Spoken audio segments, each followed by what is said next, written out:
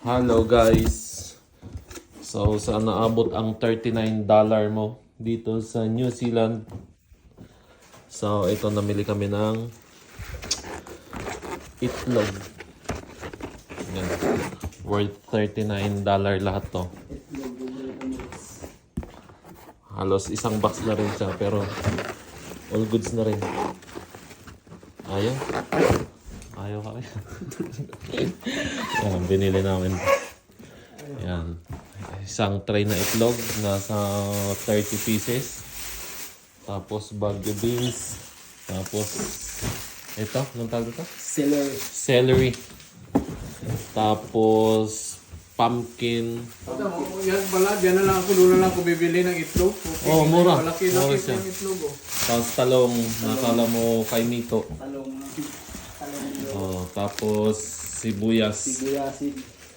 Tapos okra. Yan. Yan yung halaga ng worth Ang paborito kong okra. $39. Wala na. Wala na. Wala. So $39 na yan guys. $39 equivalent po sa Philippine peso. Mga magkano yun pare? 1,345. Sigurado ka? Ha? Yun lang ang nabili sa 39. 1,000. 1,000. Yan guys. Yun yung halaga ng ano. Yun yung halaga ng $39 na binili namin. Tipid-tipid muna kami guys kay kailangan.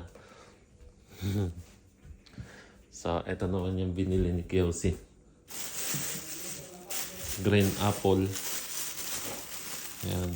Tapos, luyang dilaw. Tsaka ito. Tapos, yun. Thank you nga pala kay Kuya Joel dahil marami siyang binigay sa amin na sayote. Ayun o. Guys, dami sayote yan. Lalagyan namin ng sardinas. Ginisang sayote na may sardinas. Yan. So, tipid-tipid lang muna tayo guys. Yan. Kailangan natin magtipid ng mabuti. Yan. Hanggang dito na guys. Salamat!